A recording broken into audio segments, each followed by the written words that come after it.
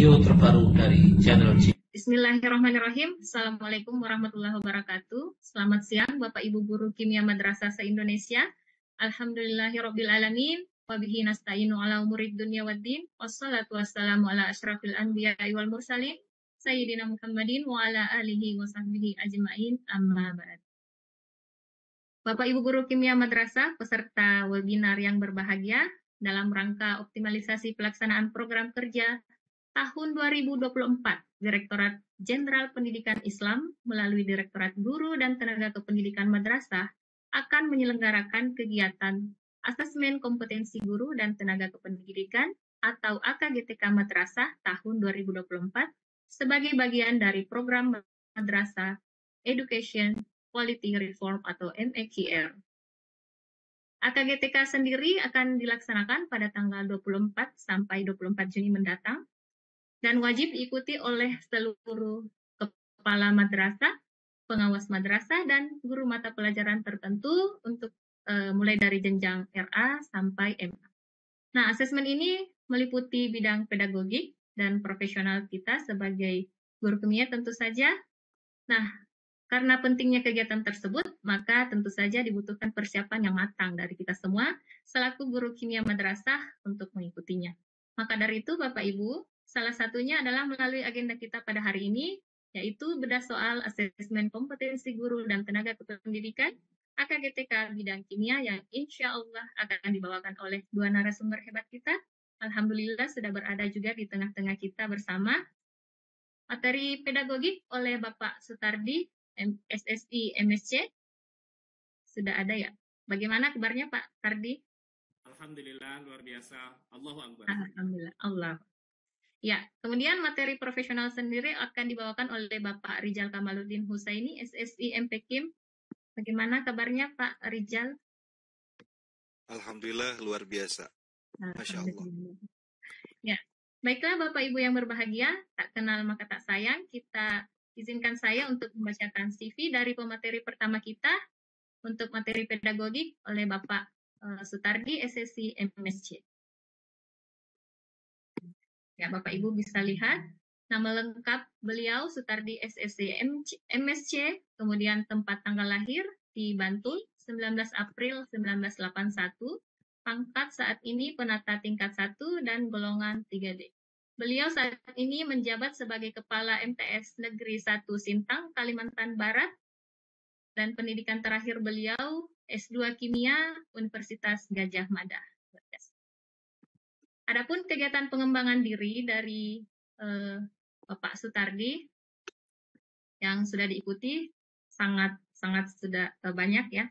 Mulai dari Diklat Guru Mata Pelajaran Kimia tahun 2009 dari Balai Diklat Keagamaan Jakarta, Diklat PKG dan PKB untuk guru MA tahun 2013, Diklat Penilaian Hasil Belajar keduanya dari Balai Diklat Keagamaan Jakarta.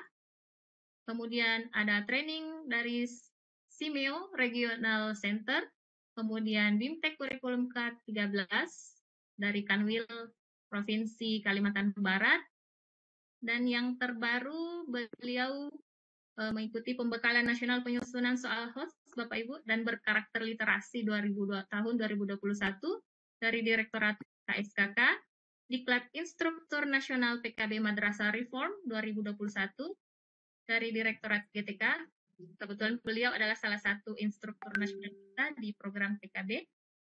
Diklat Publikasi Ilmiah dari Balai Diklat Keagamaan Jakarta. BIMTEK Penulisan Soal Asesmen Madrasah, Bapak Ibu, dari Direktorat KSKK tahun 2023. Dan masih banyak lagi program pengembangan diri yang sudah beliau ikuti. Nah, adapun hasil karya tulisnya dari Bapak Sutardi, ada banyak juga tentu saja. Ada 9 buah jurnal ber-ISSN, kemudian, nah ini dia, ada 9 buah jurnal ber-ISSN, Bapak Ibu, ada 2 buku pelajaran ber-ISBN, 4 buku kimia yang digunakan di madrasah, kemudian 4 modul pembelajaran kimia yang juga digunakan di madrasah, ada 3 modul kimia PKB untuk program Madrasah Reform, 3 makalah best practice, dan 3 penelitian tindakan kelas. Ada lebih dari 45 judul artikel pendidikan dan sosial yang dimuat di Pontianak. Prestasi beliau, wah, nih sangat-sangat luar biasa Pak Sutardi ya. Mulai dari finalis Forum Kreativitas dan Inovasi PTK IPA tingkat nasional, juara 3 lomba karya ilmiah, kemudian lomba kreativitas juara 1 di tahun 2016, juara 2 lomba kreativitas pembelajaran di Hari Guru Nasional, kemudian peringkat 1 lomba guru berprestasi, Masya Allah, dan berdedikasi tahun 2014, dan terakhir di tahun 2021 juara 2 karya inovasi karya guru terbaik nasional. Wah, luar biasa Bapak Ibu narasumber kita kali ini. Nah, Bapak Ibu bisa lihat dari CV-nya ya, kapasitas beliau sebagai narasumber kita hari ini tidak diragukan lagi, sangat-sangat kompeten di bidangnya. Baiklah Bapak Ibu, untuk mengefisienkan waktu, kepada narasumber kita Bapak Sutardi SSI MSc, kami persilahkan dengan hormat selama kurang lebih 45 ke depan untuk 45 menit ke depan ya, untuk memaparkan materinya bagi Bapak Ibu guru kimia madrasah kita. Kepada Bapak Sutardi, saya persilahkan dengan hormat, silahkan. Baik, terima kasih. Mohon maaf teman-teman, suara saya bisa disimak ya? Alhamdulillah jelas Bapak. Oke, baik. Assalamualaikum warahmatullahi wabarakatuh. Waalaikumsalam warahmatullahi wabarakatuh. Bismillah, alhamdulillah, wa syukrulillah, la haula wa la quwata illa billah. Asyhadu an la ilaha wahdahu la syarikalah, wa asyhadu anna Muhammadan abduhu wa rasuluh la nabiyya ba'dah. Allahumma sholli wa sallim wa barik ala sayyidina Muhammad wa ala alihi wa sahbihi ajma'in, amma ba'du.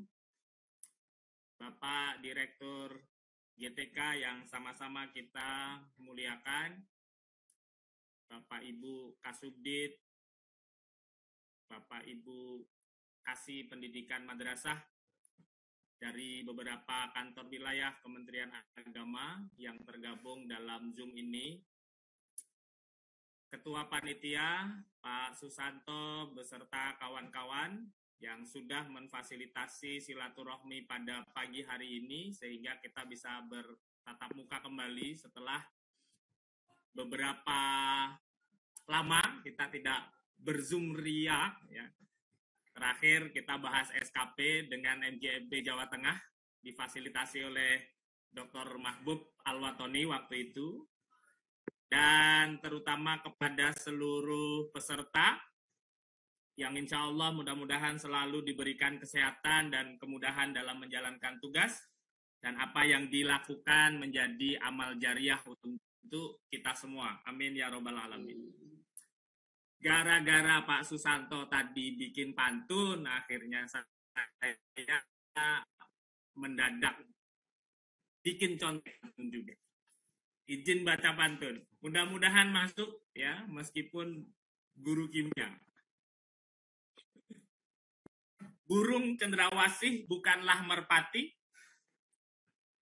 terbang tinggi jauh melayang. Terima kasih guru hebat yang baik hati. Oke, mudah-mudahan pertemuan kita pagi ini pertemuan yang diridhoi oleh Allah Subhanahu wa Ta'ala. Selanjutnya Bapak Ibu, saya ditembak atau ditodong oleh koordinator atau ketua Fusi Rukimat Pak Urip dan Pak Rijal untuk memantik diskusi terkait dengan kompetensi pedagogis. Saya sudah ngeles menghindar beberapa kali, tapi pokoknya tidak saja saya yang harus memfasilitasi diskusi. Padahal kalau dari sisi gelar, Bapak Ibu, saya itu gelarnya SSI MSc.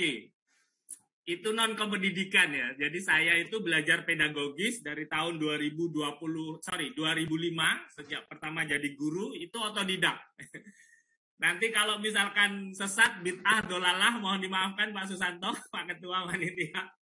Intinya, kita di sini sharing pengetahuan dan saling melengkapi. Bapak Ibu, saya izin share supaya diskusi kita lebih terarah.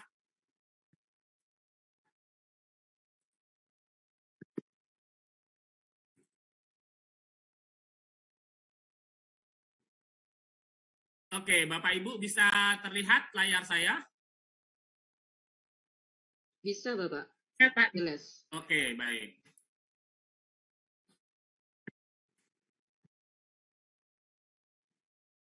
Bapak Ibu, sekitar 40 menit ke depan kita akan membahas terkait dengan dasar-dasar pedagogik atau sebenarnya yang lebih baku itu kalau di KBBI pakai IS kalau tidak salah tuh ya pedagogis begitu.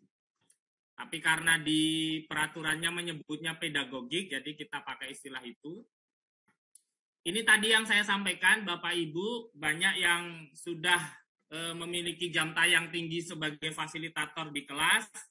Saya yakin pemahaman pedagogisnya jauh lebih baik daripada saya, apalagi saya itu background pendidikannya bukan terkait dengan kependidikan.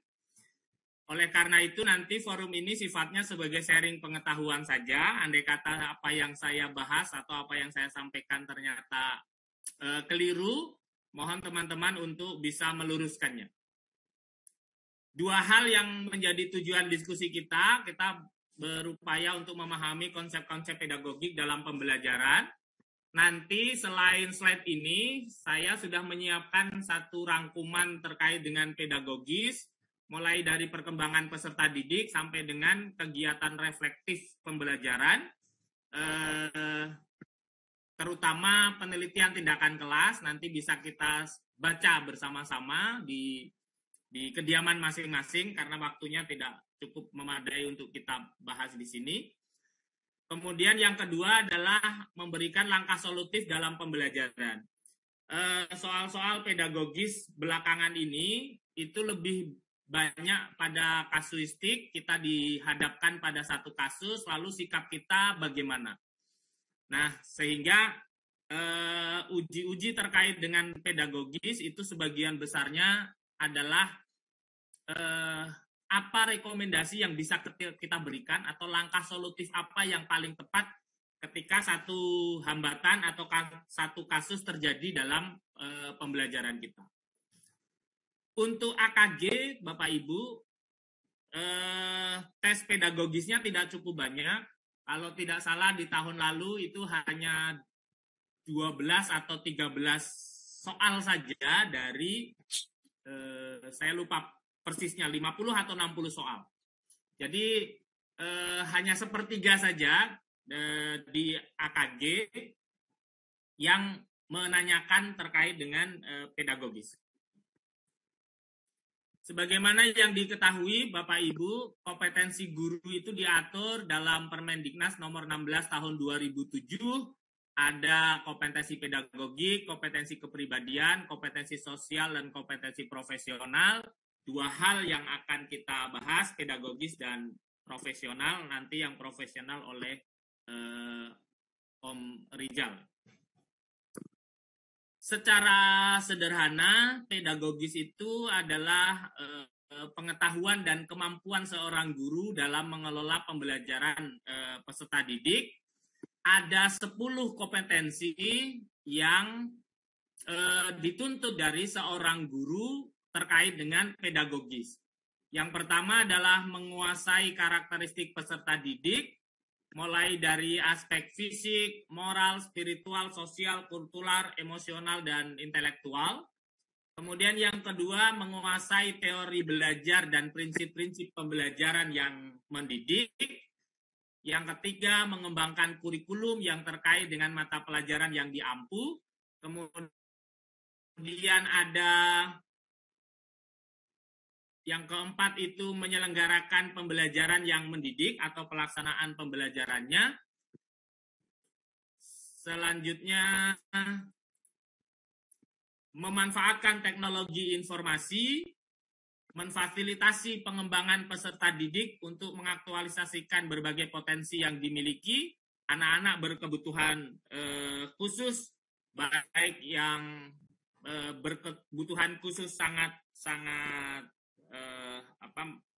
melebihi dari kawan-kawannya, mempunyai bakat minat yang lebih dari kawan-kawannya, ataupun yang differential ability atau memerlukan bimbingan khusus. Kemudian berkomunikasi secara efektif. Lalu yang ke-8 menyelenggarakan penilaian dan evaluasi proses dan hasil belajar. Lalu yang ke-9 memanfaatkan hasil penilaian evaluasi untuk kepentingan pembelajaran, baik itu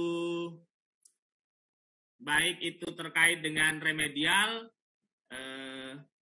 pengayaan maupun perbaikan praktik pembelajaran, dan yang terakhir melakukan tindakan reflektif untuk peningkatan kualitas pembelajaran. Ada 10 hal ini yang dituntut dikuasai oleh Bapak Ibu guru terkait dengan kompetensi pedagogik. Nah, susahnya adalah tidak ada trik-trik khusus dalam menjawab soal pedagogis di asesmen kompetensi guru ya. Karena nanti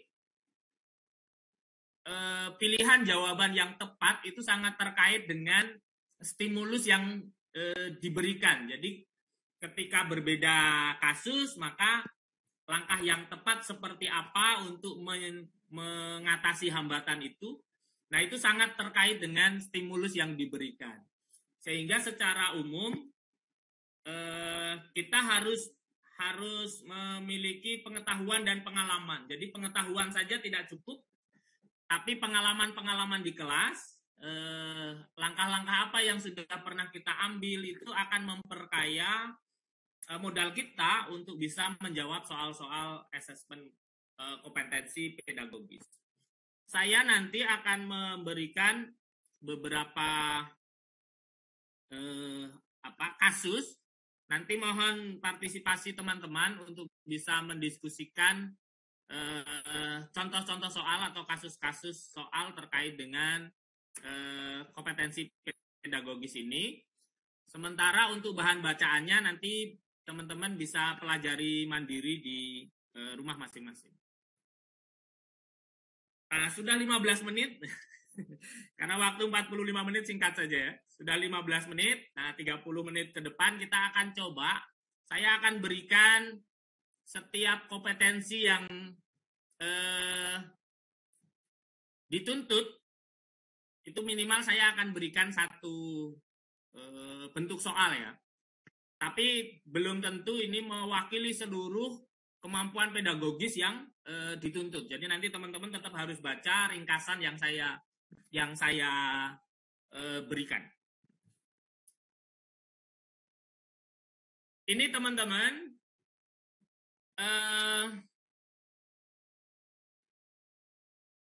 ini soal atau kasus pertama itu terkait dengan perkembangan peserta didik. Terlihat ya, bisa dibaca ya teman-teman ya? Bisa Pak, jelas. Oke. Boleh saya kira berpartisipasi teman-teman supaya fokus dengan layarnya masing-masing, berpartisipasi untuk memberikan jawaban. Disilakan melalui chat supaya lebih sederhana. Kalau nanti Om Rijal biasanya pakai aplikasi. Disilakan teman-teman kalau ada kasus seperti itu. Saya coba. Silakan Bapak Ibu. Suasana nyaman dan menyenangkan merupakan tujuan dalam setiap kegiatan pembelajaran. Tidak terkecuali dalam pembelajaran materi kimia yang merupakan materi sulit bagi kebanyakan peserta didik.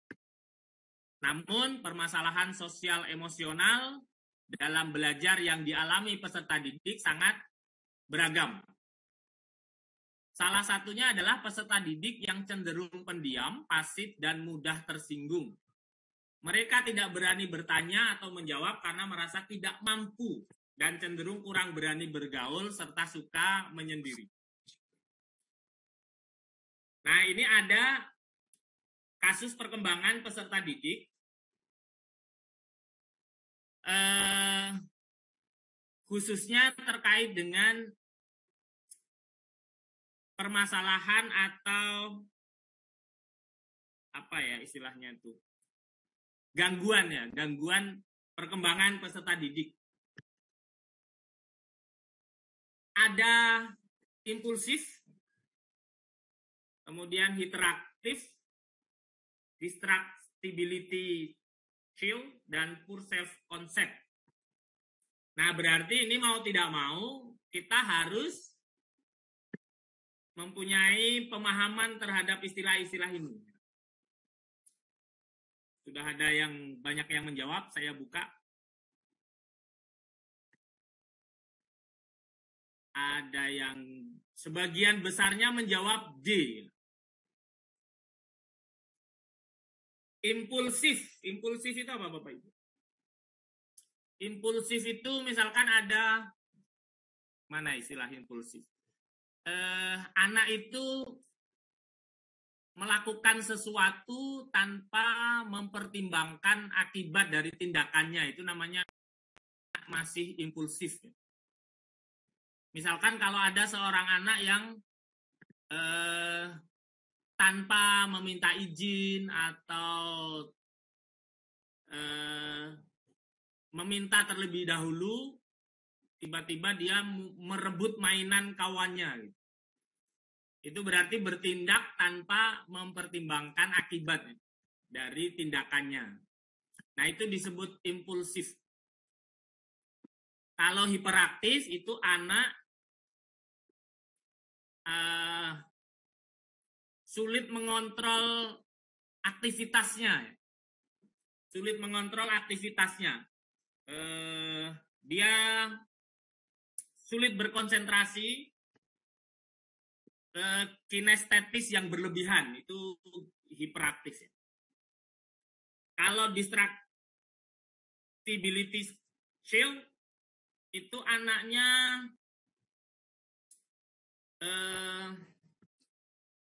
sulit berkonsentrasi terhadap satu hal, dia akan mudah bosan gitu. Misalkan dalam pembelajaran gurunya baru bicara 5 menit, dia sudah mengalihkan perhatiannya ke hal lain.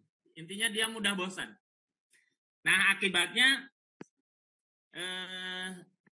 dia tidak fokus terhadap apa yang dilakukannya saat itu. Nah, itu distractibility chill. Lalu yang terakhir, full self concept, itu bahasa Indonesianya merasa tidak mampu. Dia tidak mempunyai konsep diri yang baik ya tentang dirinya.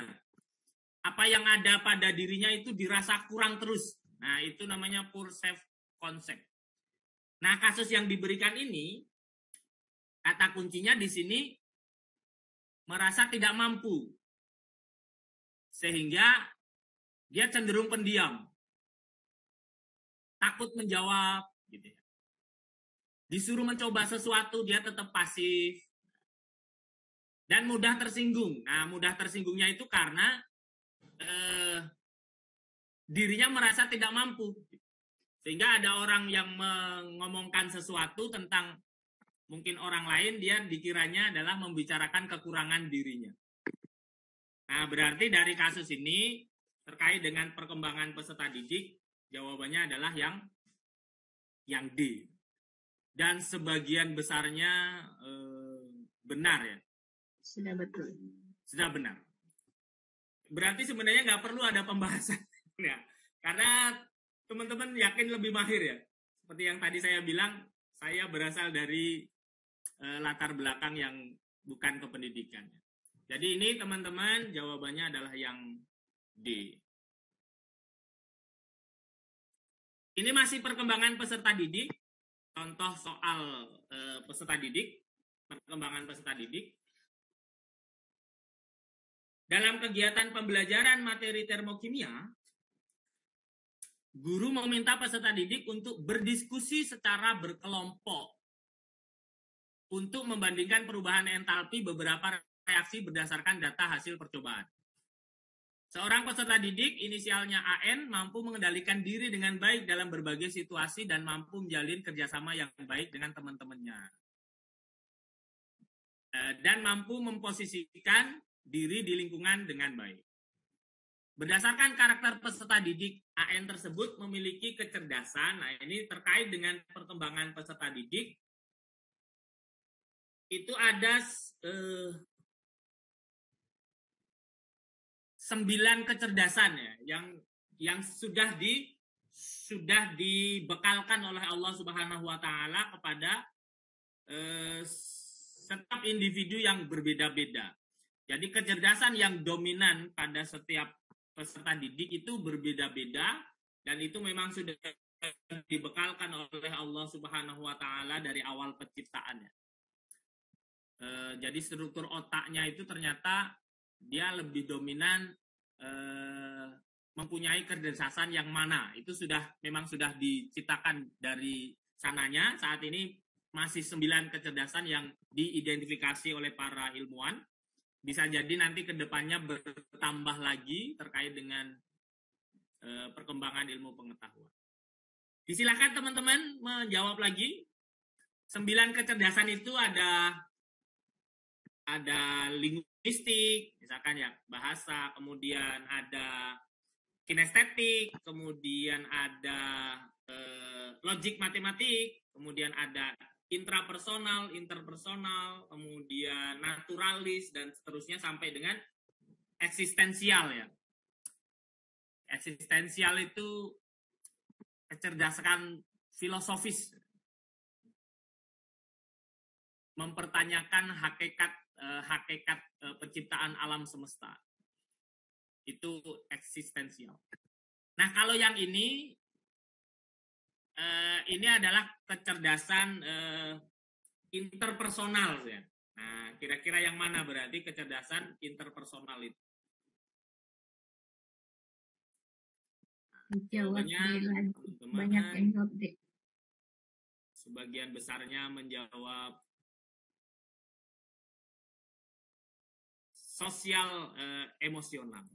Ya, interpersonal itu adalah kecerdasan sosial, kemudian bekerja sama dengan orang lain, mudah memahami orang lain, itu adalah kecerdasan sosial atau interpersonal.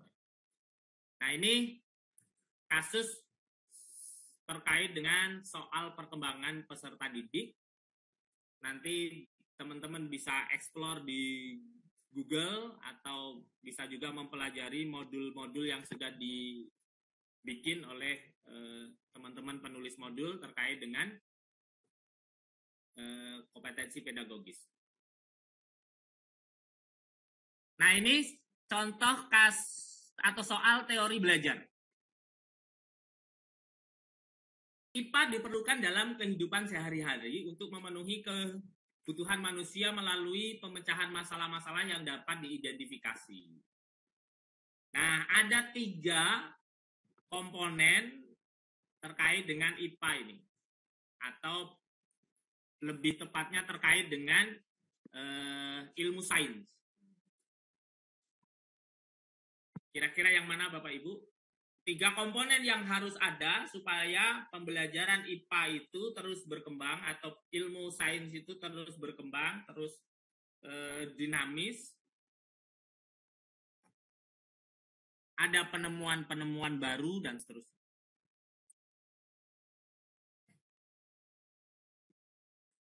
Rata-rata jawab apa? Rata-rata menjawab A. Ada yang D juga. A, ada yang B. Oke. Teman-teman, terkait dengan komponen-komponen IPA itu paling tidak ada 3 yang wajib, yaitu sikap ilmiah, kemudian proses ilmiah, dan produk ilmiah. Jadi 3 hal yang ada di dalam sains itu adalah sikap ilmiah, itu terkait dengan pelaku-pelaku sainsnya. Kemudian proses ilmiah itu adalah langkah-langkah atau metode ilmiah, dan produk ilmiah itu mulai dari konsep, kemudian prinsip, teori, hukum, nah itu produk-produk dari ilmiah.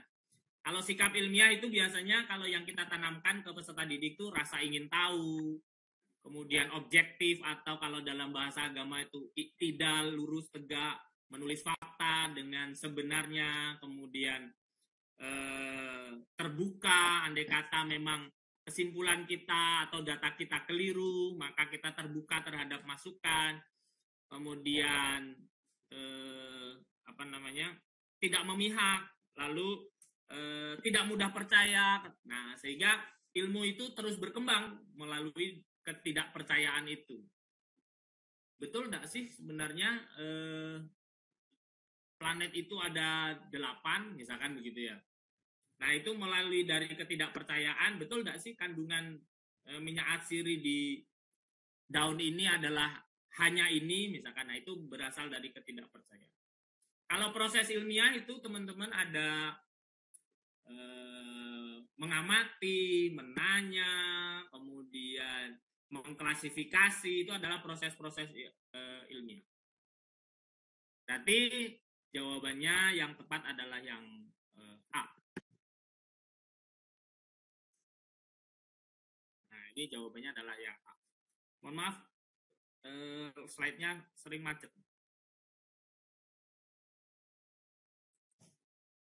Ada metode dan pendekatan pembelajaran, ini juga penting teman-teman. Berikut persyaratan yang harus dilakukan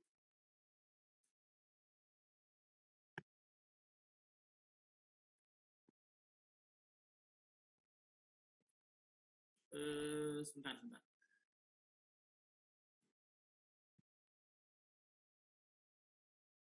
Berikut ini persyaratan yang harus dilakukan untuk menerapkan metode eksperimen pada pembelajaran kimia. Nah, kemudian yang ditanyakan, persyaratan yang benar adalah, nah kalau kasus diberikan opsi seperti ini, misalkan kita tidak memiliki pengetahuan yang utuh tentang apa yang disampaikan, maka kita bisa mengidentifikasi mana pernyataan yang benar dan yang salah. Nanti misalkan seperti ini ya, peralatan dan bahan yang sudah tersedia di depan kelas atau di laboratorium. Misalkan kita ragu-ragu ini benar atau tidak sih sebagai syarat supaya metode eksperimen itu kita pilih. Kemudian yang kedua, peralatan dan bahan yang digunakan jumlahnya memadai. Ya, ini benar. Kita mau eksperimen pasti ini harus terpenuhi dulu.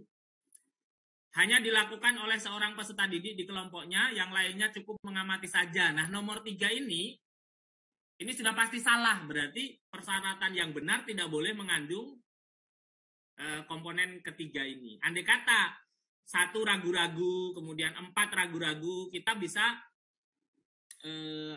istilahnya bukan smart solution juga, nebak-nebak begitu kira-kira. Yang mengandung pilihan nomor 3 pasti salah, begitu. Karena yang ditanya adalah yang benar, sementara nomor 3 pernyataan ini salah. Maka yang A ini salah karena ada komponen pernyataan 3-nya. Yang C juga salah, yang D juga salah. Berarti jawaban yang benar adalah B. Meskipun misalkan nomor 1 dan nomor 4 kita ragu-ragu. Itu trik-trik ngakalin soal saja ya, teman-teman. Nah, berarti jawabannya adalah yang B. Macet lagi nih, sorry.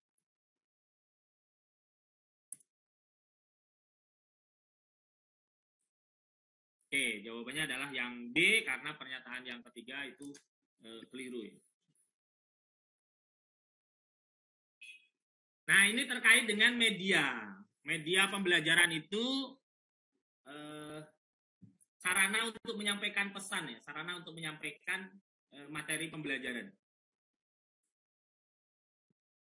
Media itu biasanya ada media visual. Media visual itu termasuk kartun, komik, carta yang bisa dilihat oleh mata. Kemudian ada media asli, itu bisa benda sebenarnya, misalkan batuan atau objek alam yang sebenarnya bisa juga tiruan tapi memang berupa benda, bukan dalam bentuk gambar ya, yang memang bisa disentuh barangnya. Kemudian ada media audio, ada media komputer dan seterusnya. Nah, kita lihat yang ini berarti ada kasus, ada stimulus. Kalau ada stimulus seperti ini biasanya lebih mudah Bapak Ibu karena tidak mengandalkan ingatan. Seorang guru IPA akan mengajarkan perbedaan berat jenis antara air dan bensin. Setelah ia menyampaikan pokok bahasan kepada siswa, guru menuangkan bensin dari dalam botol yang sengaja dibawa ke dalam sebuah cangkir yang ada di mejanya. Setelah itu ia juga menuangkan air ke dalam tempat yang sama sambil belaga seorang pesulap. Nah, kemudian Pak Guru menyalakan api dan meletakkannya di atas cairan itu. Api pun menyala, seluruh siswa heran melihat peristiwa itu. Nah, berdasarkan ilustrasi di atas, medianya berarti media benda sebenarnya. Nah, benda asli berarti. Kemudian pembelajaran yang dilakukannya atau sumber belajarnya adalah demonstrasi. Jadi itu sebagai sumber pengetahuan peserta didik, guru mendemonstrasikannya. Ini mudah saja karena ada stimulusnya, saya kira teman-teman tidak kesulitan. Jawabannya adalah yang C. Ini contoh model-model pembelajaran.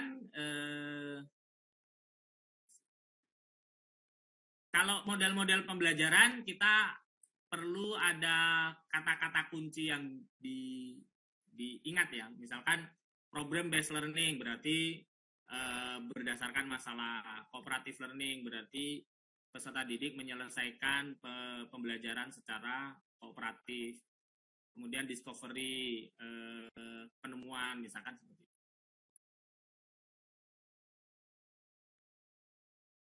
Silakan Bapak Ibu sambil mencermati.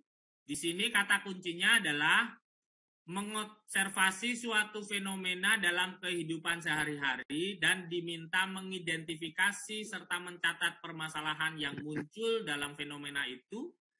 Lalu diminta untuk kira-kira bagaimana sih cara memecahkan masalah itu. Nah, berarti ini gampang saja, pembelajaran berbasis masalah. Saya kira ini teman-teman jauh lebih mahir terkait dengan hal-hal itu. Nah, sebagian besar jawabannya A sudah oke.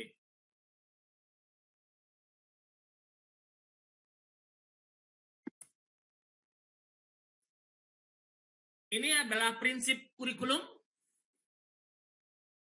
Prinsip kurikulum itu ada relevansi, kemudian ada fleksibel, ada konsistensi.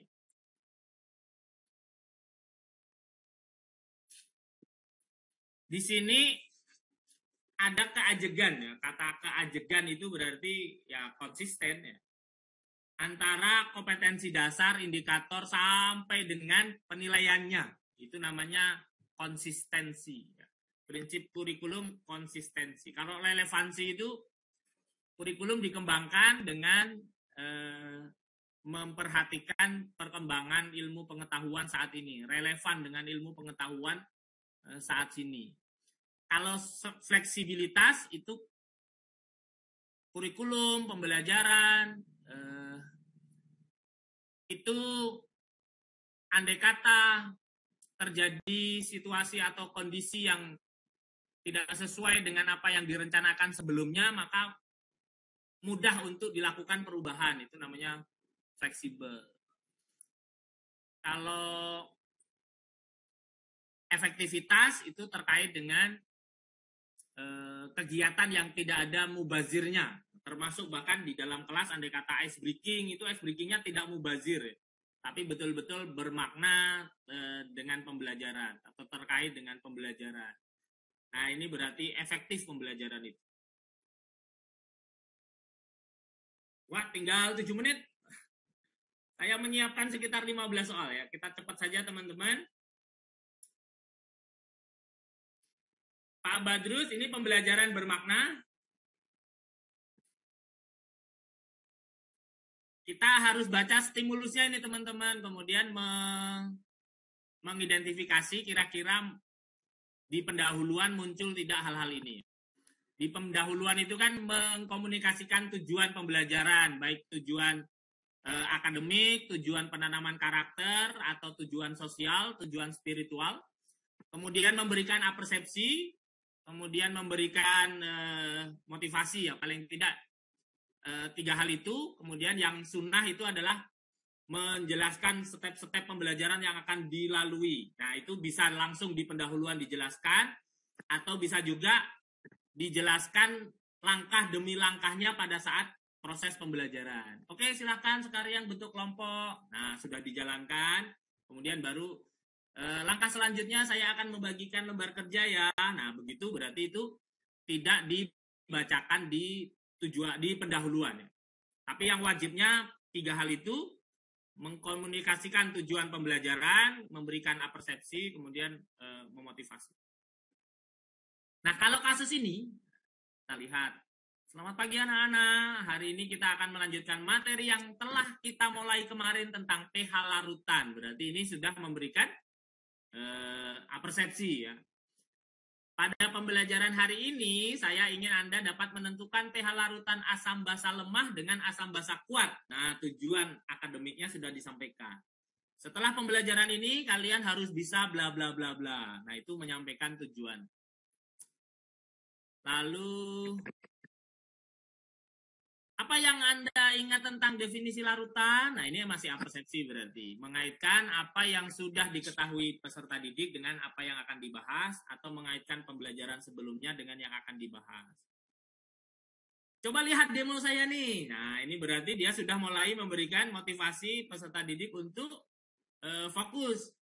Atau tidak hanya seperti itu. Misalkan memberi motivasi itu mengaitkan pembelajaran dengan kehidupan nyata supaya anak-anak oh iya ya begitu, termotivasi untuk ingin tahu gitu. Mengapa warna larutan HCl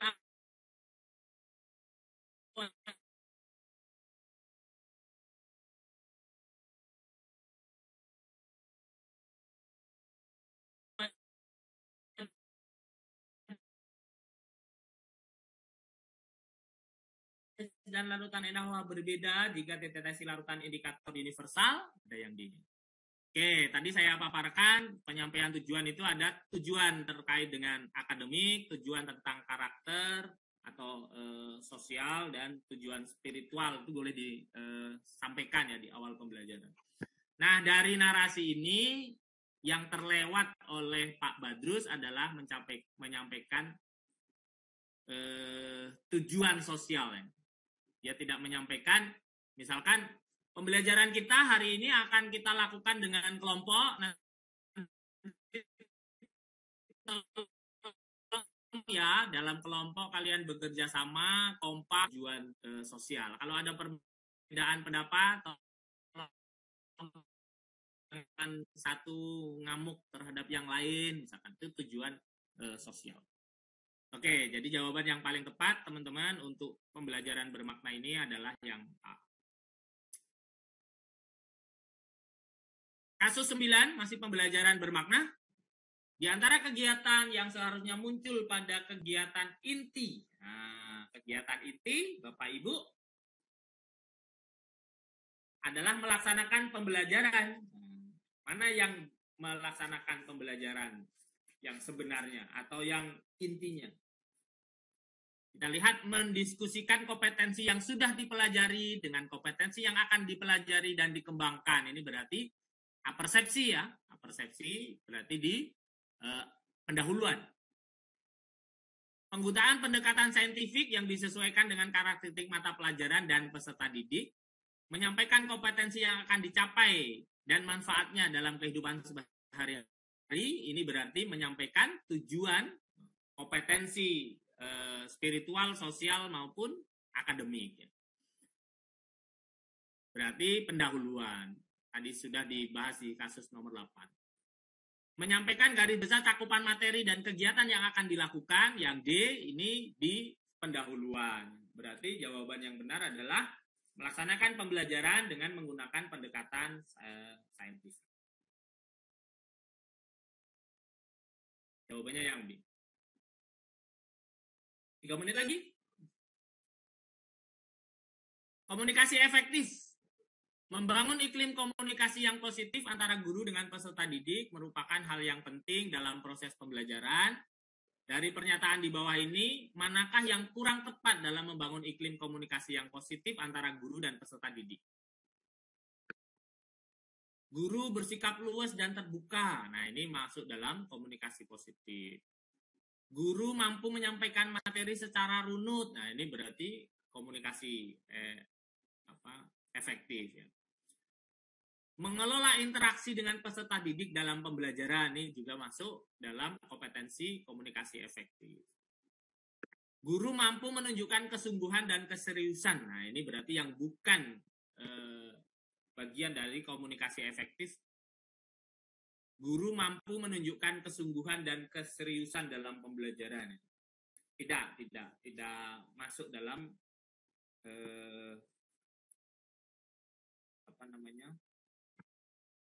membangun iklim komunikasi serius gitu, atau terkesan malah galak gitu ya. Berarti jawabannya yang nomor 10 ini adalah yang D. Ini terkait dengan penilaian pembelajaran, khususnya adalah prinsip-prinsip penilaian, ada objektif, terpadu, mudah, ekonomis, ya, transparan, dan seterusnya. Ini juga diberi kasus.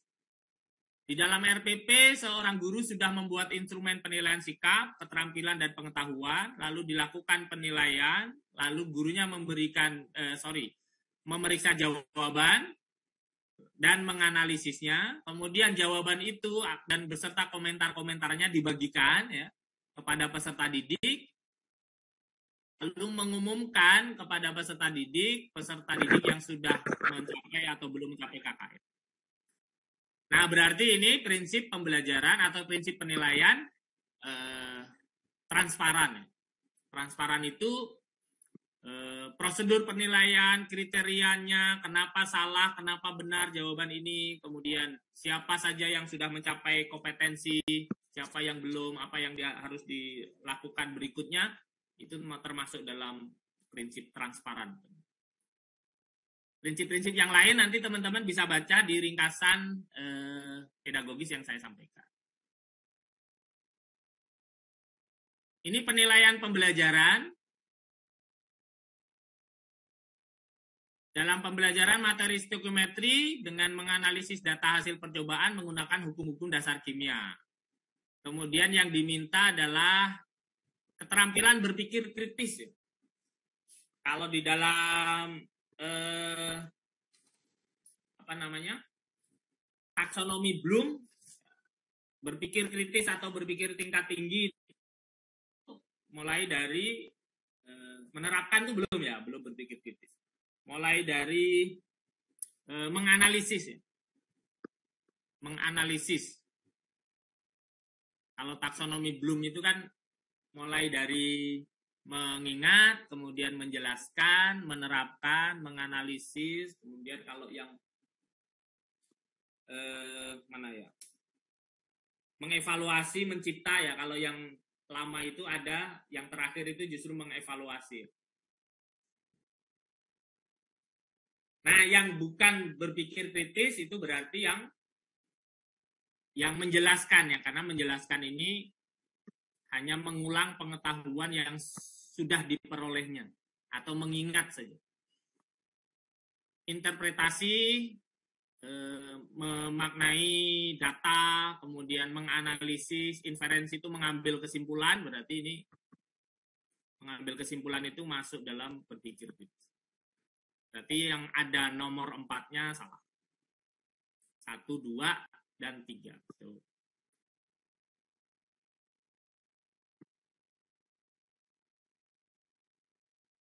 Nah, ini teman-teman salah satu contoh soal terkait dengan sikap kita ya, atau apa yang harus kita lakukan. Kita diminta untuk memberikan rekomendasi, apa yang paling tepat dilakukan. Untuk kasus-kasus soal asesmen pedagogis, soal-soal seperti ini itu biasanya nilai atau bobotnya tinggi itu apabila kita sudah mengambil inisiatif.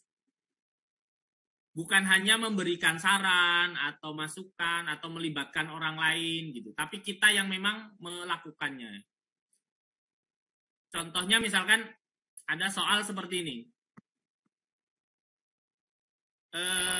Anda sedang mengajar di satu kelas, kemudian di sebelahnya ada pelajaran seni budaya. Lalu pelajaran seni budaya itu riuh karena sedang memainkan alat musik dan bernyanyi. Anda sebagai guru, hal yang dilakukan misalkan ya. Nah, hal yang dilakukan apa? Misalkan pilihannya adalah mengajak kelas kimia pindah ke lab misalkan ya. Yang kedua, memberikan masukan kepada kepala madrasah untuk membangun kelas seni tersendiri misalkan gitu.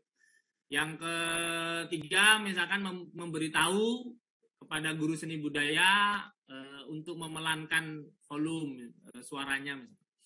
Nah, skor terbaik itu kalau untuk soal-soal assessment seperti itu adalah ketika kita mengambil inisiatif.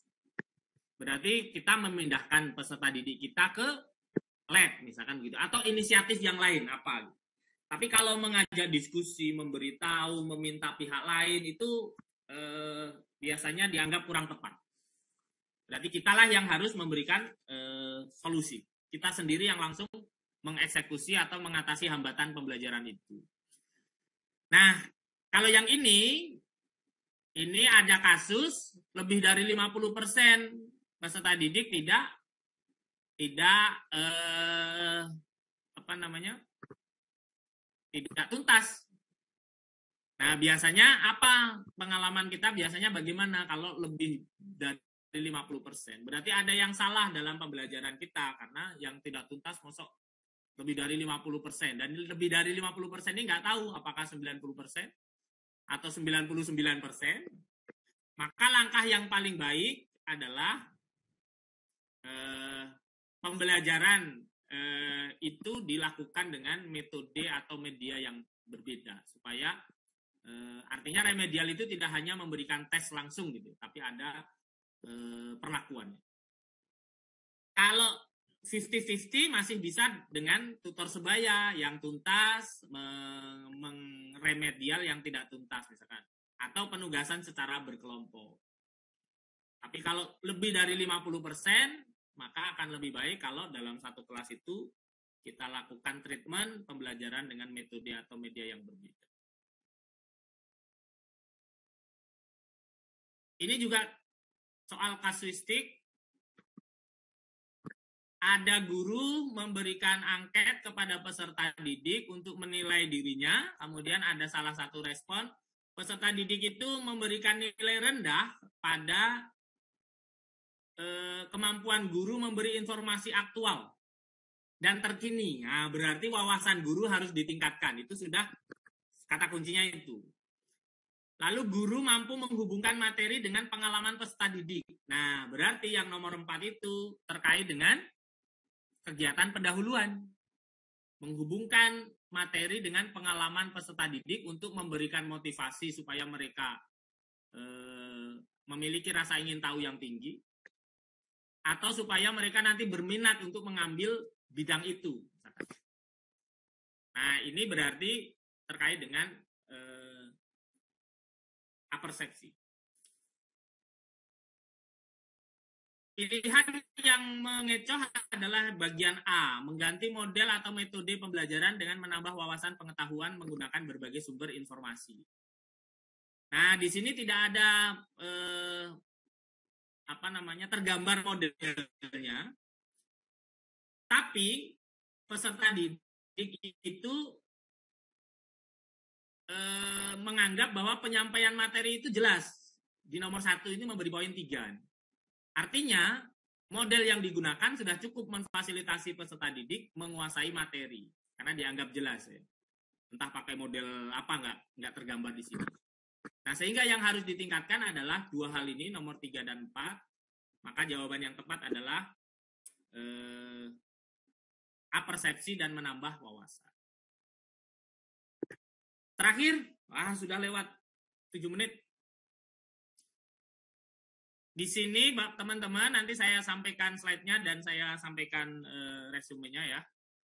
Di sini terkait dengan PTK. Ini sebenarnya stimulusnya nggak terlalu perlu ya, tapi membuat rancangan PTK itu secara umum adalah harus ada identifikasi masalahnya, kemudian mencarikan kira-kira diatasi dengan cara apa, lalu barulah merumuskan masalah. Apakah kira-kira masalah ini bisa enggak diatasi dengan alternatif solusi seperti ini. Dirumuskan masalah, kemudian baru dilakukan penelitian tindakan. Berarti jawabannya adalah yang C, stimulusnya tidak terlalu berguna karena rancangan penelitian itu sudah penelitian tindakan itu sudah bagus. Saya kira itu teman-teman, saya sudah lebih dari 8 menit dari waktu yang diberikan. Minta maaf mengambil waktunya Om Rijal. Nanti silakan teman-teman tambahi bedah soal ini dengan materi rangkuman. Saya rangkum dari modul Dinas Pendidikan. Sebagian besarnya kopas saja. Mudah-mudahan bermanfaat untuk kawan-kawan semua. Terima kasih, saya kembalikan ke moderator. Jika mau ada diskusi, disilahkan. Assalamualaikum warahmatullahi wabarakatuh. Waalaikumsalam warahmatullahi wabarakatuh. Luar biasa pemaparan dari narasumber pertama kita, Bapak Sutardi. Terima kasih atas pemaparan materinya, Pak. Baiklah, Bapak Ibu peserta webinar yang berbahagia. Kita dari tadi sudah ada yang raise hand nih, Pak Sutardi. Sudah penasaran mau bertanya kayaknya. Ada 2 orang, ada Pak Wahyu Mulyana dan Ibu Titin Hania. Jadi kita buka sesi tanya jawab ya Bapak Ibu ya. Yang ingin bertanya silahkan raise hand. Di kolom chat juga bisa. Yang raise hand silahkan sudah di Pak Wahyu Mulyana. Ya, terima kasih. Sudah bisa dengar Bu, Ibu moderator? Ya, sudah Pak. Ya. Wahyu dari mana? Iya. Ya. Saya Wahyu Mulyana dari Kabupaten Garut. Saya Tidak terdengar, Pak, suaranya? ya mohon maaf. Kebetulan nih saya sedang bentrok dengan acara visitasi akreditasi Bapak ya. Jadi saya sedang menggabungkan 2 kegiatan karena saya cukup tertarik dengan kegiatan yang diadakan oleh Rukimat. Pertama yang ingin saya sampaikan karena tadi saya terlambat masuk, mungkin tadi disampaikan oleh Pak Direktur ya, bahwa tujuan dari AKG TK ini itu Bapak Ibu nggak usah khawatir hanya untuk mengetahui pemetaan. Sekali lagi, pemetaan. Saya sempat bertanya di sela-sela kegiatan yang saya jalani ke belakang, apakah AKG TK yang 2021 dengan AKG TK yang ini tuh berkaitan atau tidak? Ternyata jawabannya tidak begitu. Ya, hanyalah untuk mengetahui pemetaan keberadaan guru-guru madrasah, kemudian pengawas dan kepala gitu ya. Jadi nggak usah khawatir Bapak Ibu, silakan sekemampuannya saja. Apapun hasilnya nanti yang diperoleh itu tidak akan berdampak apa-apa gitu. Hanya bahwa atasan kita pengen mengetahui pemetaan begitu. Ya. Itu yang pertama. Yang kedua, saya sepakat dan setuju sekali dengan kegiatan-kegiatan seperti ini. Mungkin ke depan bisa dirancang juga ada Zoom. Yang lebih mendesak itu karena kita sekarang itu sudah ada pendaftaran untuk pendaftar IKM Kurikulum Merdeka. Alangkah baiknya begitu ya. untuk ke depan dirancang bahwa kimia yang disampaikan itu nanti di sekolah atau madrasah itu hanyalah yang esensi. Malah bisa dikatakan sebagai IPA terpadu. Ya. Jadi mungkin nanti bisa dirancang seperti apa konsep kimianya yang dikatakan IPA terpadu. Apakah detil sampai sedetil-detilnya seperti kita membuka jurusan IPA atau memang hanya hal-hal yang esensi saja gitu. Tapi lebih kepada kontekstual dan literasi. Ya. Jadi itu saja. Mungkin bukan pertanyaan tapi hanya berupa informasi pertama bahwa AKGTK ini itu akan berkelanjutan karena tidak hanya mapel-mapel yang sekarang umum saja, nanti mapel umum yang lain pun akan dilaksanakan asesmennya untuk mapel-mapel yang lain dan mapel-mapel rumpun PAI dan bahasa Arab pun akan sama gitu, mendapatkan perlakuan asesmen. Jadi sekali lagi pertama hanya untuk pemetaan. Tidak akan berdampak apa-apa karena nanti akan ada level mahir, terampil, cakap dan berkembang, itu akan berdampak apa-apa ya tapi saja pemetaan. Yang kedua, mungkin ke depannya ini bisa dirancang bagaimana kita mempersiapkan madrasah kita untuk khususnya MA, bagaimana supaya IKM itu bisa kena tepat sasaran seperti yang diharapkan. Jadi sekali lagi saya sampaikan bahwa di dalam kurikulum Merdeka hanya materi-materi esensi saja. Batasan esensi ini yang perlu kita bahas. Lebih cenderung bahwa nanti itu akan terpadu. Ya, apakah nanti bagaimana sains dalam kesehatan, bagaimana sains dalam teknologi, gitu ya. Nah, nanti itu bagaimana sains dalam komunikasi, nah gitu ya. Karena menyangkut dalam kimia dekat sekali ada yang disebut dengan nanoteknologi. Nanti dirancang seperti apa sih nanti ke depannya yang diharapkan. Itu saja Ibu Moderator. Terima kasih. Assalamualaikum warahmatullahi wabarakatuh. Waalaikumsalam warahmatullahi wabarakatuh. Terima kasih Pak Wahyu Mulyana dari Garut. Bagaimana Pak Tardi, mau langsung ditanggapi? Sepertinya bukan pertanyaan tapi... Ya, bukan pertanyaan. Terima kasih Pak Wahyu sudah memberikan pencerahan kepada kita semua. Memang kemarin ketika ngobrol-ngobrol dengan Pak Rijal, kita sebagiannya sudah memahami bahwa AKGTK itu adalah pemetaan, tapi kita manfaatkan momen AKGTK itu sebagai motivasi untuk belajar lagi gitu. Jadi meskipun pemetaan, kalau misalkan teman-teman mumpung ada momen AKGTK ini, maka yuk kita baca-baca lagi yuk, misalkan seperti itu. Jadi hanya sebagai stimulus supaya kita punya gawai Zoom ini gitu, kira-kira seperti itu.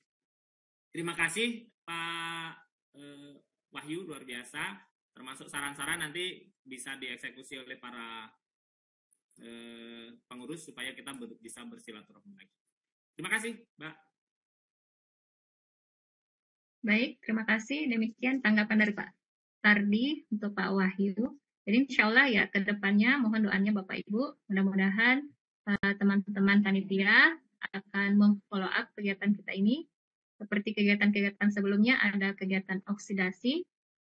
Jadi ada obrolan santai seputar kimia ya seperti itu. Mohon doanya Bapak Ibu. Ya, berikut dari Ibu Titin Hania. Dari Ibu Titin Hania, silahkan di-unmute. Minta tolong, Mas.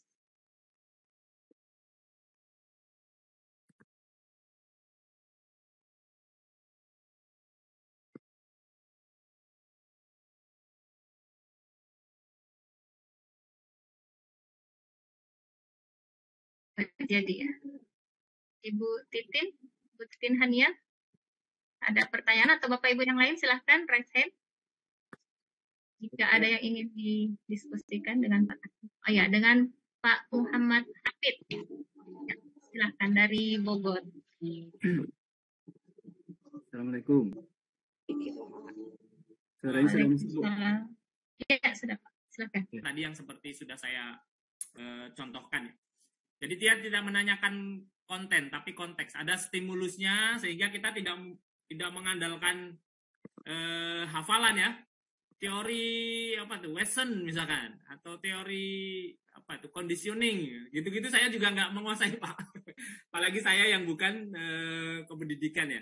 Tapi sebagian besar asesmen terkait dengan kompetensi guru itu yang kekinian ya, dia tidak menanyakan isi ya, tidak menanyakan konten. Teori Piaget misalkan, kemudian apa periode perkembangan peserta didik misalkan gitu-gitu tidak.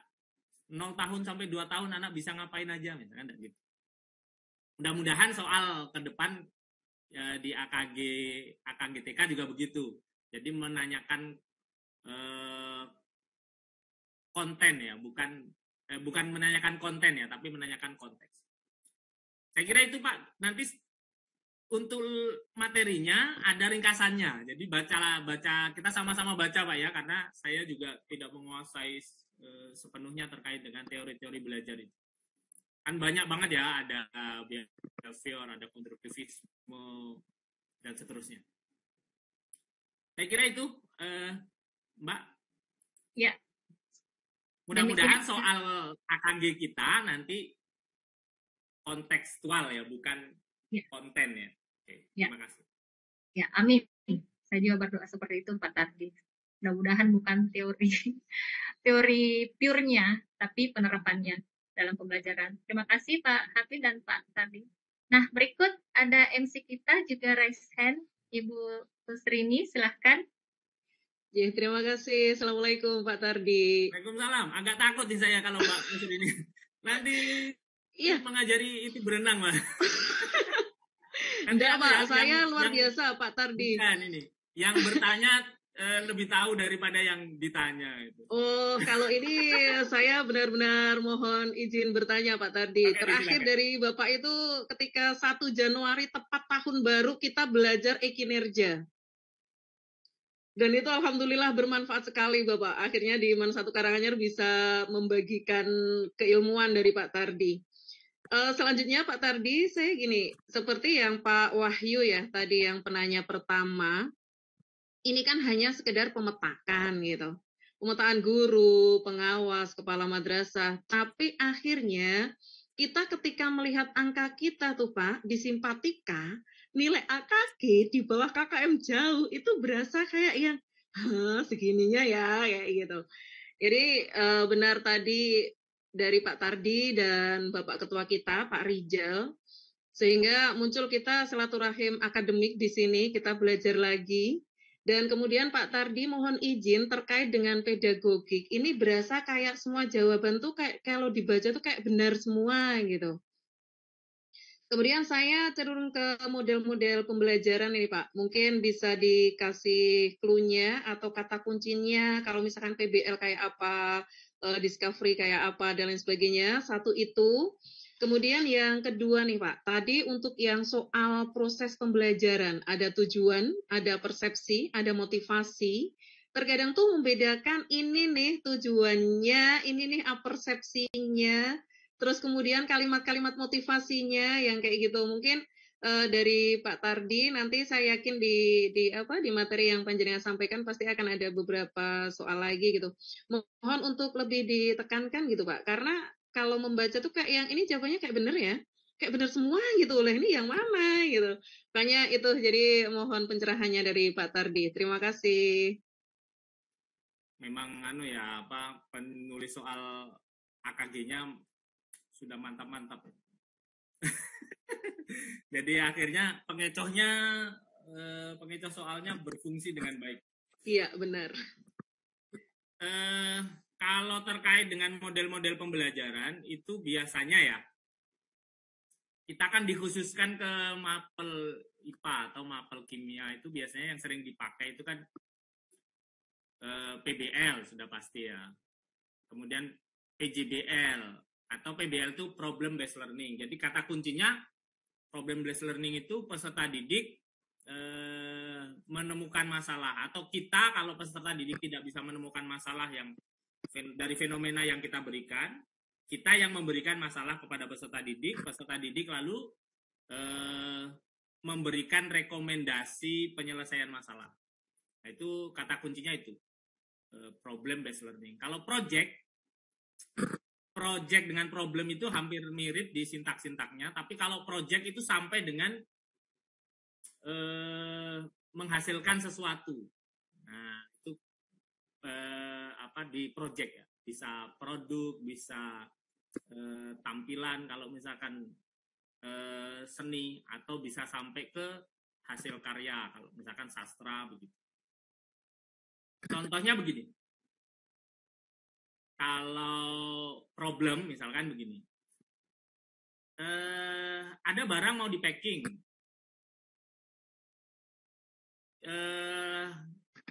kira-kira supaya aman, kemudian ukurannya kecil, bikinlah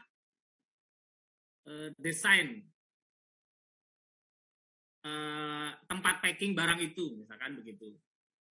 Kemudian peserta didik itu memberikan rekomendasi, misalkan bahan yang digunakan seperti ini, lalu desain packingnya seperti ini. Itu berarti problem ya. Kalau itu dijadikan project, maka sampai dengan peserta didik membuat packingan barang itu. Nah, itu misalkan sesederhana. Kemudian learning cycle itu juga sering dipakai oleh orang-orang guru-guru MIPA untuk memfasilitasi pembelajaran. Kemudian discovery misalkan. Nah, discovery itu juga sering dipakai. Nah, kita harus mengetahui kata-kata kuncinya. Misalkan problem, berarti berbasis masalah. Learning cycle berarti ada siklus pembelajaran yang berulang, misalkan seperti itu. Nah, nanti dibaca bareng-bareng teman-teman. Saya tidak bisa memberikan satu demi satu kata-kata kunci dari setiap model-model pembelajaran karena banyak banget ya.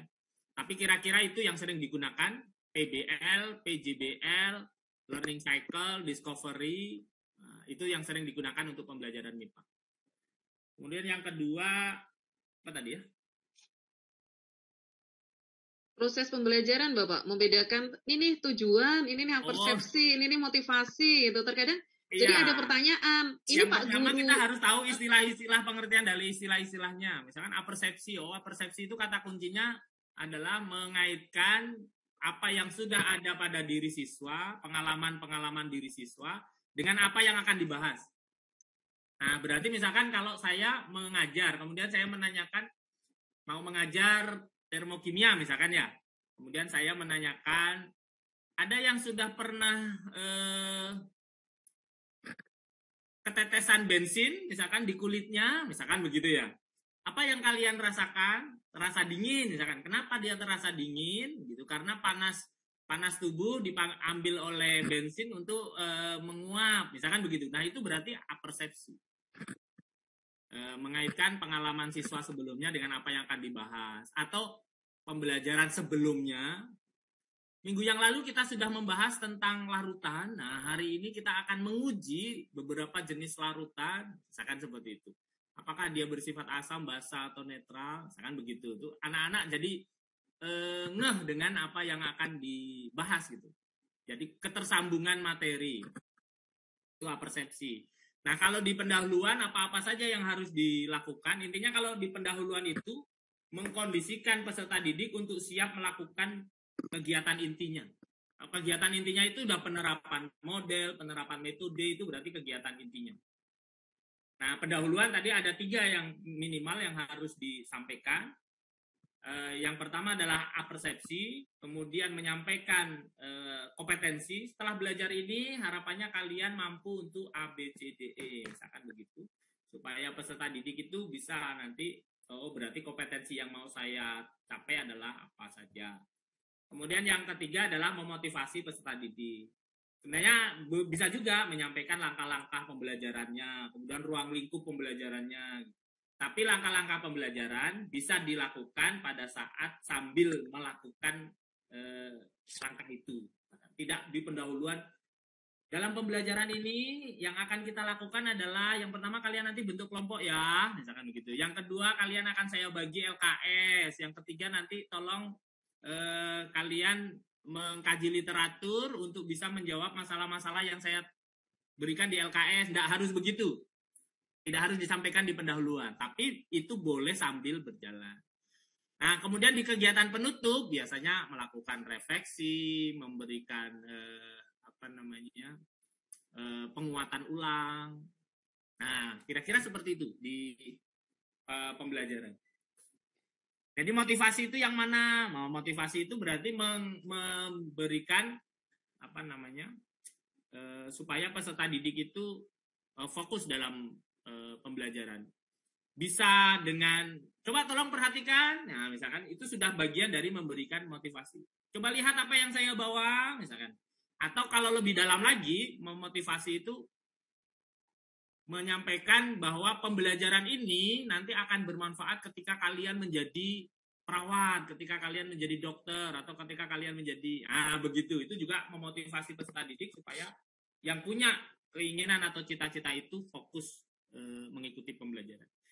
Saya kira itu Mbak, secara garis besarnya. Sekali lagi yang tanya lebih tahu daripada yang ditanya. Udah clear? Ya, terima kasih Pak Tardi. Ada Ibu cantik kita juga raise hand, silahkan Ibu Anis. Baik, terima kasih Bu Sri atas waktu yang diberikan.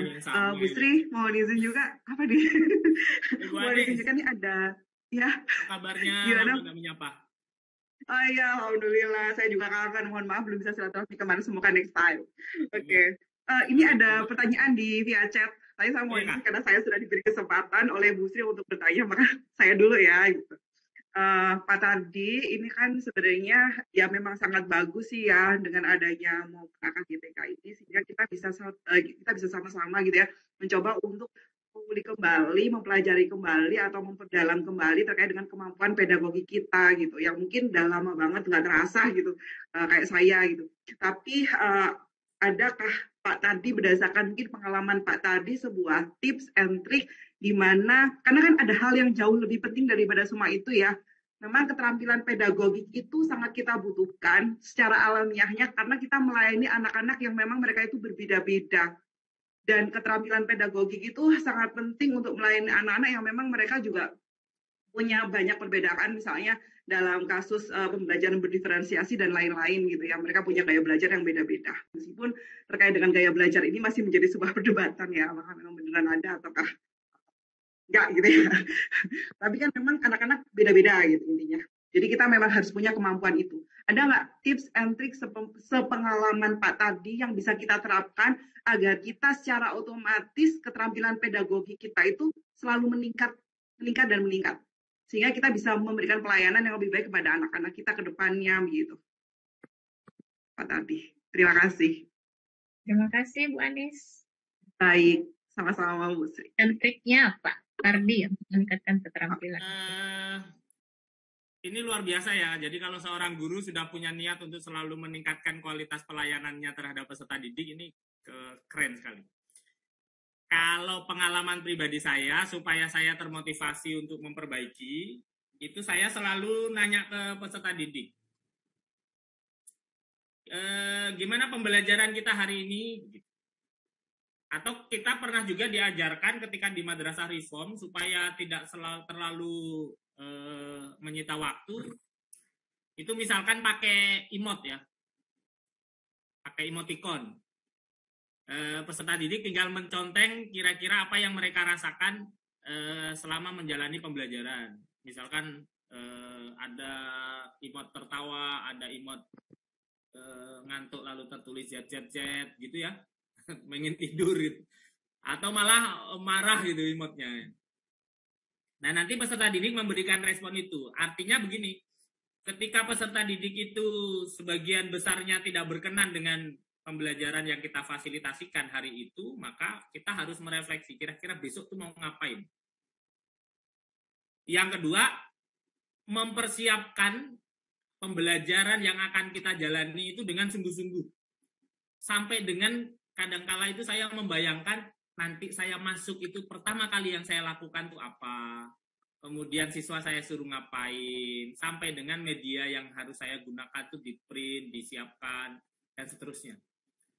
Nah, kadangkala memang peserta didik yang sering menemukan kekurangan-kekurangan kita, jadi kita memang harus punya sikap ilmiah yang bagus, terutama keterbukaan hati ya. Saya termasuk yang sering dikritik terkait dengan kecepatan saya berbicara.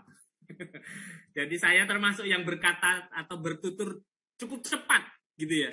Nah itu selalu, dan itu saya usahakan ya, tapi karena sebelum jadi guru kayaknya memang sudah begitu. Jadi 23 tahun saya bertutur seperti itu. Setelah jadi guru dikritik oleh peserta didik, dikritik oleh peserta pelatihan, akhirnya tetap kesulitan.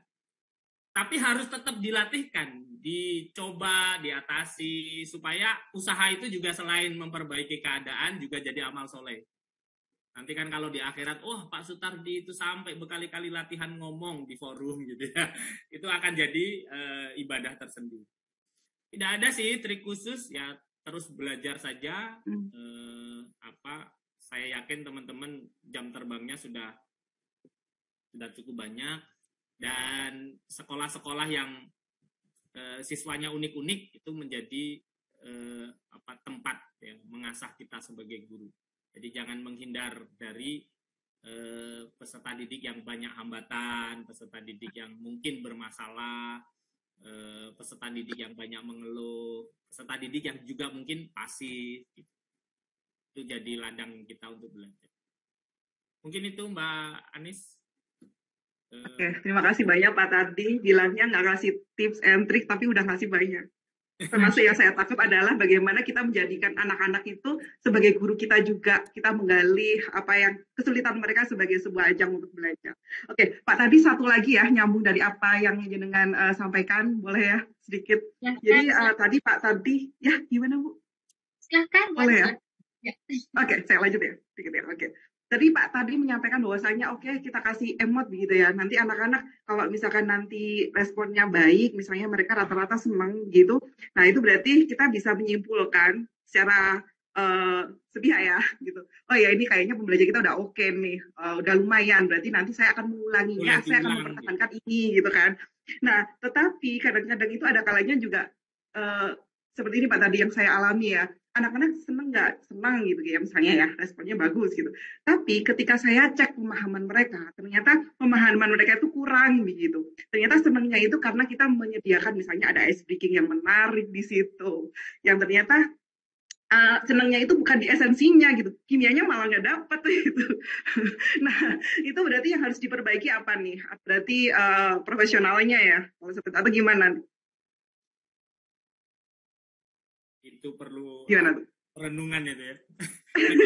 Sebagian besar peserta didik itu kadangkala menyenangi pelajaran itu karena justru malah kontekstual pembelajarannya itu tidak banyak. Gitu. Artinya banyak berguraunya, banyak ice breaking-nya, gitu ya. Itu kita tinggal mengendalikan saja supaya seimbang antara apa yang kompetensi yang ingin kita tanamkan dengan menarik minat mereka untuk belajar ya. Karena kalau misalkan kita benar dengan kompetensi selama 3 JP misalkan, itu juga peserta didik justru malah tertekan. Dan kemudian ini kita juga harus mengingat bahwa dalam satu kelas itu tidak semua peserta didik itu mempunyai minat ke depannya yang terkait dengan kimia. Itu harus kita betul-betul pahami betul. Jangan sampai kita punya 34 peserta didik di kelas, lalu 34-nya itu harus betul-betul perfect dalam penguasaan kimia. Tidak harus seperti itu. Kan nanti 34 itu ada yang jadi dokter, ada yang jadi pedagang, ada yang jadi seniman mungkin malah, ya kan? Nah, oleh karena itu, justru yang paling penting untuk dimiliki oleh peserta didik itu adalah sikap ilmiahnya dan langkah-langkah metode ilmiahnya sebenarnya. Jadi tidak melulu konten, sekali lagi ya, tidak melulu konten. Apalagi di pembelajaran kurikulum Merdeka itu yang sangat penting itu kan 4C plus 2C itu ya. Artinya begini, tidak semua peserta didik harus menguasai kimia, tapi semua peserta didik harus bisa berkomunikasi. Tidak semua peserta didik harus menguasai kimia, tapi semua peserta didik harus bisa kolaborasi. Tidak semua peserta didik harus menguasai kimia, tapi semua peserta didik harus bisa berpikir kritis. Nah, sehingga sikap-sikap dan metode-metode ilmiah itu yang juga perlu menjadi penekanan. Sehingga kalau di praktikum itu biasanya kan sudah otomatis pasti menarik ya. Nah, di situlah kita menanamkan sikap dan metode ilmiahnya. Nanti dalam tagihan atau dalam penilaian juga tidak harus fokus pada konten kimia, tapi juga ada penilaian praktiknya, ada penilaian knowledge ya, ada penilaian proses. Saya kira itu, Mbak. Baik, oke, baik. Terima kasih banyak Pak Tardi untuk semuanya, untuk ilmunya dan untuk sharing-sharingnya. Terima kasih Bu Sri Astuti. Iya, terima kasih Bu Anis. Jadi intinya 4C-nya bisa dapat. Sudah masuk kayaknya ke pembelajaran diferensiasi produk nantinya ya, untuk penilaian. Ya, Pak Tardi, ada di kolom chat pertanyaan dari Pak Abdul Rahman Tahang. Mohon maaf, saya baru lihat. Kata kunci untuk membedakan discovery dan inquiry. Model pembelajaran discovery dan inquiry. Kata kunci untuk membedakan, katanya. Di-unmute dulu, Pak Tardi.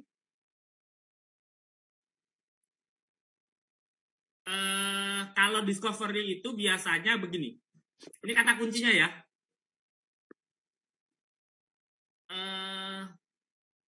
Penemuan konsep atau prinsipnya itu belum atau tidak diketahui sebelumnya. Jadi memang anak-anak menemukan sesuatu yang seolah-olah agak baru gitulah, kira-kira seperti itu.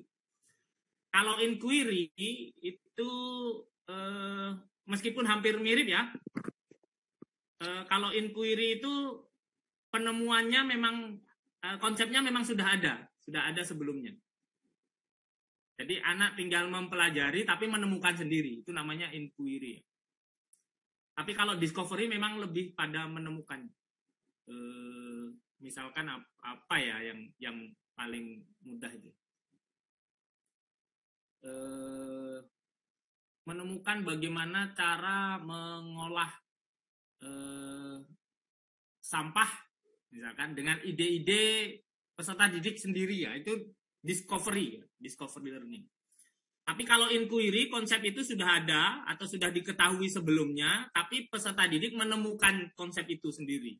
Jadi lebih pada mereka mempelajari sendiri konsep yang sudah ada, itu inquiry. Kalau discovery itu peserta didik memang menemukan sesuatu. Baik. Itulah kira-kira ya. Iya. Siap Pak Tardi. Saya kira cukup untuk Pak Rahman Tahang. Baik Bapak Ibu, karena sepertinya Pak Dir sudah akan bergabung bersama kita, maka untuk sementara waktu, terima kasih Pak Tardi sebelumnya, terima kasih. Ya, untuk sebelumnya saya serahkan dulu ke MC ya, sebelum lanjut ke narasumber kedua. Silakan Ibu Rini, saya kembalikan.